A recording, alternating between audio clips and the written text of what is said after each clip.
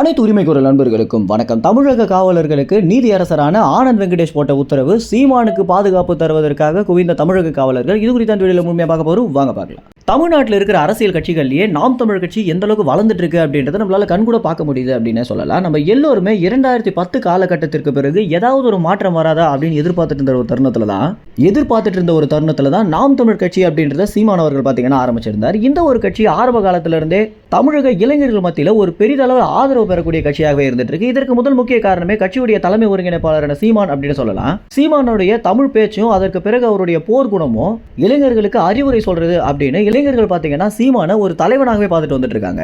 இந்த அளவுக்கு நாம் தமிழ் கட்சி ஒரு பக்கம் வளர்ச்சியை நோக்கி போயிட்டு இருந்தாலுமே அதே அளவுக்கு நாம் தமிழ் கட்சிக்கு மிரட்டல்களும் பார்த்தீங்கன்னா வெவ்வேறு வண்ணம் வந்துட்டு தான் இருக்கு. ஒன்னு அரசாங்கத்தின் வாயிலாகவோ இல்ல தமிழ்நாட்டில் இருக்கக்கூடிய வெவ்வேறு கட்சிகள் வாயிலாகவோ சீமானுக்கும் நாம் தமிழ் கட்சி நிர்வாகிகளுக்கும் பல வகையில பார்த்தீங்கன்னா மிரட்டல்கள் கொடுத்துட்டு வந்துட்டு இருக்காங்க மர்ம நபர்கள்.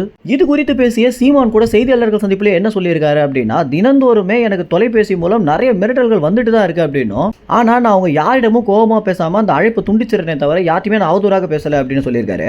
ஏன்னா சீமான் இந்த மாதிரி பேசிட்டாரு அப்படின்னா அதை மட்டுமே பெரிய விஷயமாக்க அவங்களே தவிர, ஆனா சீமான மிரட்டினவங்களை பத்தி ஒரு வார்த்தை கூட கேட்க மாட்டாங்க காரணத்தினாலேயே நான் ரொம்பவே அடக்கி தான் வாசிட்டு இருக்கேன் அப்படின்னு சீமான் அவர்களே பாத்தீங்கன்னா அவர் வாயிலே சொல்லியிருக்காரு. இதனால ரொம்பவே ஆவேசம் அடைந்த நாம் தமிழ் கட்சியுடைய நிர்வாகிகள் தமிழ்நாட்டுடைய வருங்காலமாக கருதிட்டு இருக்க சீமானுக்கு ஏதாவது ஆயிட்டா நம்ம என்ன பண்றது அப்படின்ற நோக்கத்துல பல முறை காவலர்களை அணுகியோ இல்ல அரசாங்கத்தை அணுகியோ சீமானுக்கு பாதுகாப்பை பலப்படுத்தணும் அப்படின்றத கோரிக்கையாக கேட்டுட்டு வந்துட்டு இருக்காங்க. சைலேந்திரபாபு டிஜிபியாக இருந்த காலகட்டத்தில இருந்தே நிர்வாகிகள் பாத்தீங்கன்னா இந்த மாதிரி பாதுகாப்புக்காக பல முறை காவல் அலுவலகத்திற்கு வந்திருக்காங்க. ஆனா காவலர்கள் இது ஒரு பெரிய விஷயமாகவே கண்டுகொள்ளாதனால நிர்வாகிகள் என்ன முடிவெடுத்தாங்க அப்படின்னா, நம்ம தமிழ் தேசியத்திற்கு பெரிதளவில் ஆதரவாக இருக்கக்கூடிய நீதியரசரான ஆனந்த் வெங்கடேஷன் அணுகலாம் அப்படின்னு முடிவெடுத்து ஆனந்த் வெங்கடேஷனும் நேரடியாகவே பாத்தீங்கன்னா இந்த மாதிரி பாதுகாப்பு குறித்து பேசியிருக்காங்க.